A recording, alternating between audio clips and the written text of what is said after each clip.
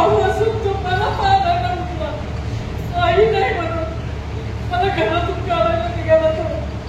आणि माझ्या युतीवर सर्व्हिस करण्याने राहते का तुझं बरे आणि बोलेल मम्मी तू माझ्यासाठी एवढं केलं तर काय तुम्हाला उलट काय काय बोलतो.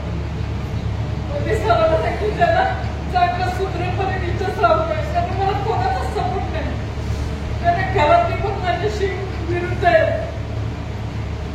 सरांना सांगितलं माझ्या मुलाला असं सुधरवा की परत बिघडला नाही पाहिजे, तू कसं व्यवस्थित राहू द्या. लागलं मी त्याने गाडी घेऊन त्याच्या वडिलांकडे, त्याला मी एवढं पण सांगितलं मी जे पैसे देते ते तुला देईन, तू तिथे तू काम नको म्हणून खा बी व्यवस्थित राहत, तरी तू राहत नाही, तरी तू मला तिथून येऊन इकडे कंपनी घेऊन त्रास द्यायला लागला पाहिजे. माझी नोकरी राहायची वेळ आहे म्हणून मला नाही दिलाच म्हणून त्याला तिसऱ्याचा इथं टाकलं. सरांनी म्हणजे कामावरून सुटले सरांना फोन केला तुम्ही गाडी पाठवा म्हणून.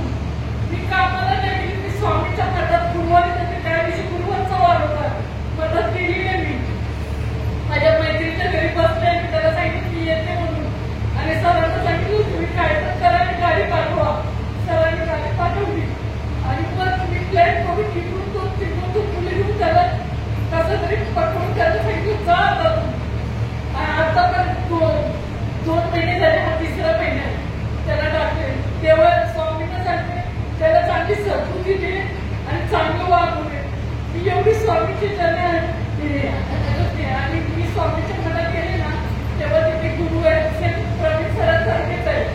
त्यांना बघितलं सरांची टाकून देते. स्वामींना सांगते प्रवीण सरांच्या हातात एवढं बल द्या की सगळ्या मुलांना सुधरू द्या, कारण आपल्या जगातमध्ये कसं आपण लहान आहे, आपल्यापेक्षा मोठी पेशंट लोक आहेत त्यांचा पोलिसांना हात चालवतो, त्यांचा हात आहे आपण काही करू शकत नाही.